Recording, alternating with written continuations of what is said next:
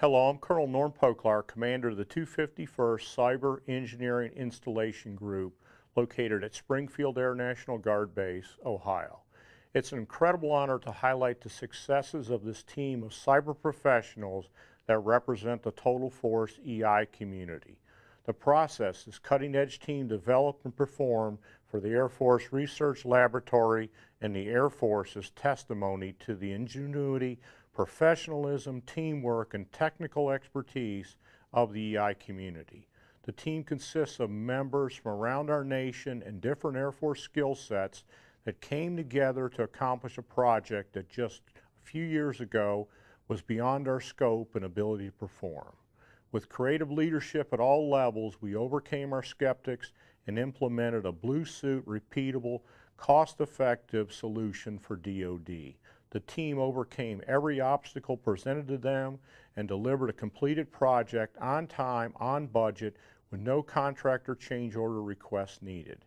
The end result of this new process resulted in a savings for the Air Force and the DoD in excess of $20 million below the lowest contractor bid. As mentioned before, this new process continues to mature and develop. Currently in the AOR, this process is being used by nearly 150 EI professionals, and we are also gaining substantial traction with AFSpace as they review projects coming up that could save the Air Force tens of billions of dollars. EI is a model of efficiency for the Air Force and DoD. The wartime skills honed in these projects offer great value to America and the American people.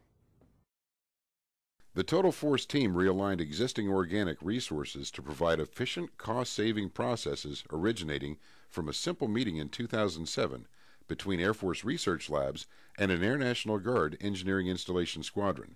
This Total Force team collaboration accomplished a monumental requirement, saving over $20 million. This collaboration has become the benchmark to complete future mission requirements of similar scope and scale using organic resources.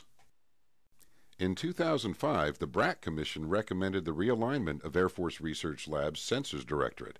The decision necessitated relocation of all assets and capabilities, including the indoor and outdoor radar research ranges, from Rome Research Site in upstate New York to Wright-Patterson Air Force Base, Ohio. As it was, field testing and development sites, separated by time and distance, challenged communication and stifled mission accomplishment. The driving force behind the relocation was to streamline systems engineering methodology and to increase efficiency and team synergies within the directorate. The goal was clear: consolidate all capabilities under one roof to shorten the R&D chain and get technology to the warfighter faster. The specific requirement mandated by the BRAC was to move 4 radar systems, including antennas and towers, the central control facility, the existing wiring, and all infrastructure, and reconstituting it with full operational capability in a new location.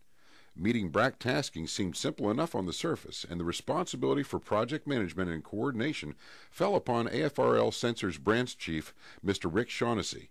Until then, on similar projects, the Air Force's typical plan of attack was to solicit contractor involvement and write a check. However, contractor solicitations were returned with $25 to $35 million bid responses. Mr. Shaughnessy's concerns were significant. First, interested contractors had no experience in relocating these unique radar systems, and second, the cost was much higher than the budget allowed. Requirements and scope were loosely defined, with potential for significant cost overruns due to change orders associated with the moving of one-of-a-kind research-grade radars. Mr. Shaughnessy recognized from his breadth and depth of experience that this could be accomplished better, faster, and more inexpensively with a more certain outcome. He reached out to the engineering installation community to craft a different solution. He met with Chief Master Sergeant Stephen Thorenz from the 213th Engineering Installation Squadron, Stewart Air National Guard Base, New York. Chief Thorenz explained that despite continued success supporting overseas contingency operations, field-level EI manpower resources had been significantly reduced over the last 20 years.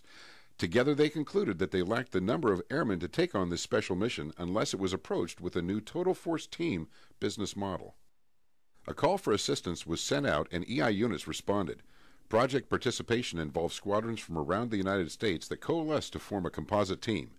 Units included the 211th EIS, Annville, Pennsylvania, 212th EIS, Milford, Massachusetts, 213th EIS, Newburgh, New York, 219th EIS, Tulsa, Oklahoma, 220th EIS, Zanesville, Ohio, 243rd EIS, South Portland, Maine, and active duty units, the 85th EIS, Keesler Air Force Base, Mississippi, and the 820th Red Horse Squadron, Nellis Air Force Base, Nevada. A cross-command and cross-functional Total Force EI management team consisting of members from across the Air Force reviewed the scope and scale of this detailed and complex project. The concept of simultaneously utilizing resources from multiple units on a single project differed from past practice, in which a single EI unit worked all aspects of a project from start to finish. In the past, EI often relied on government contracts for support. This time, however, the Total Force Engineering Installation Team sought every opportunity to harness organic Air Force resources to optimize the inherent flexibility and cost-saving potential of using our organic resources, personnel, and expertise. This approach was an unproven strategy that had elements of risk. AFRL directors, as well as the commander, determined that the risk was offset by the potential for success and the dynamic nature of the Total Force team strategy.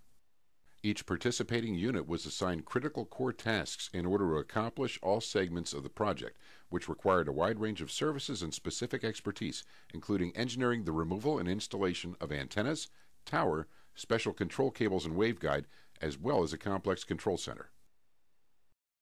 The management team continuously sought innovative cost-saving solutions.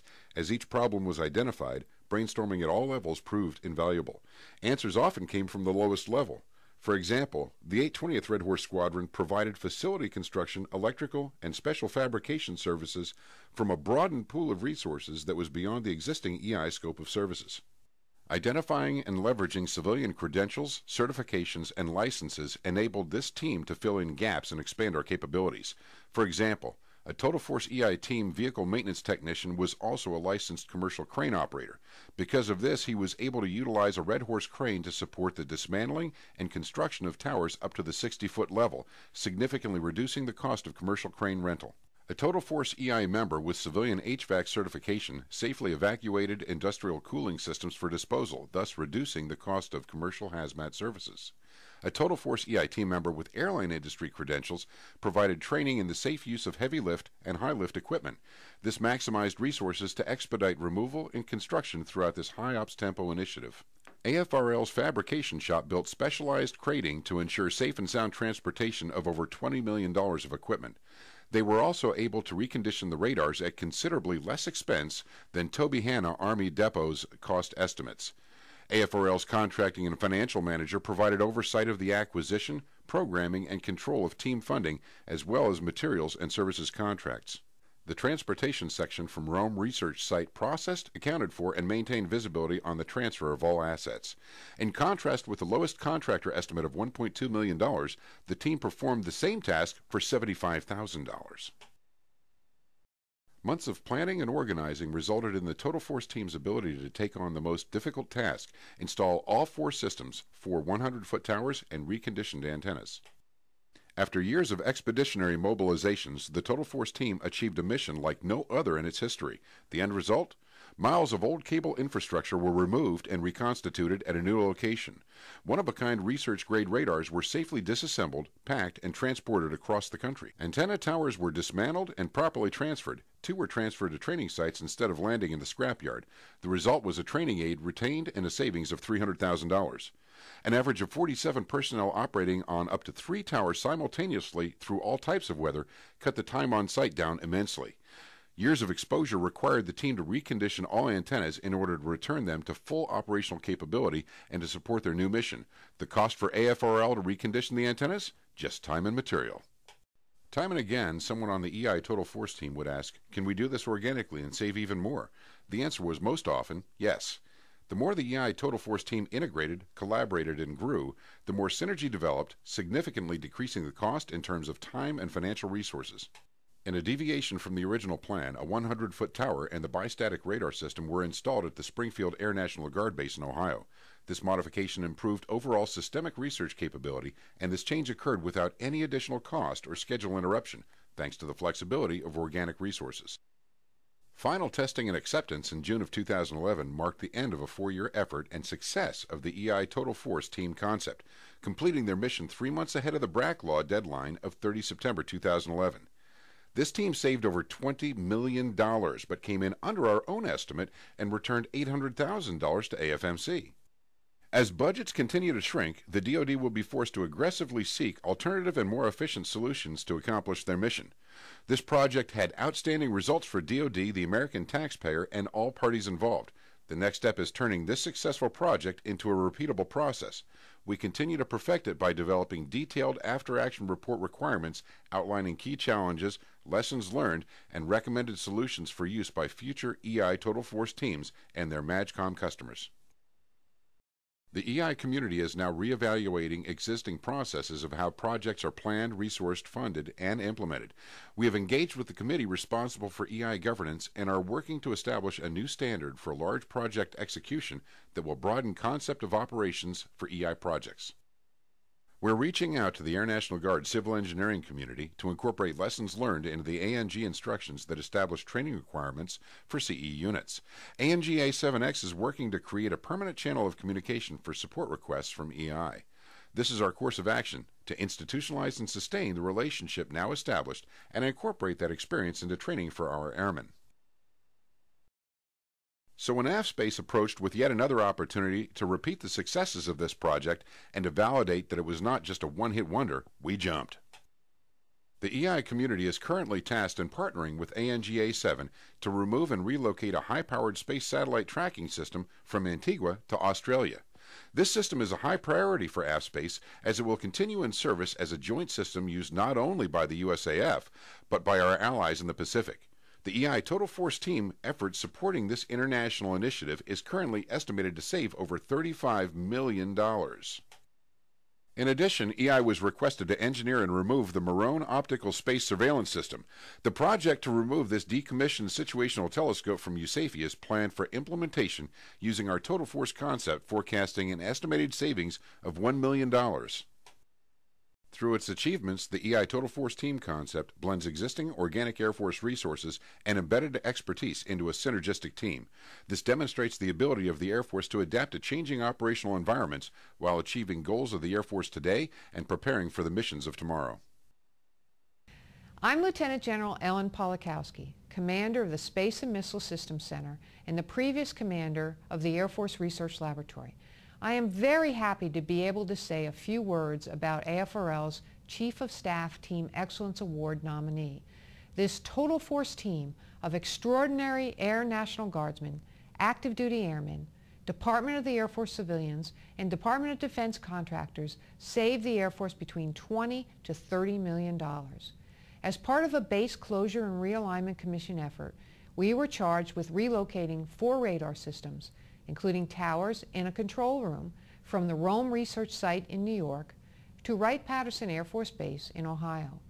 When we solicited bids for the work, 3 independent contractors provided estimates of $25 million, $30 million, and $35 million to accomplish the relocation project. However, our Total Force team estimated $4.8 million to do the same job using Air Force resources.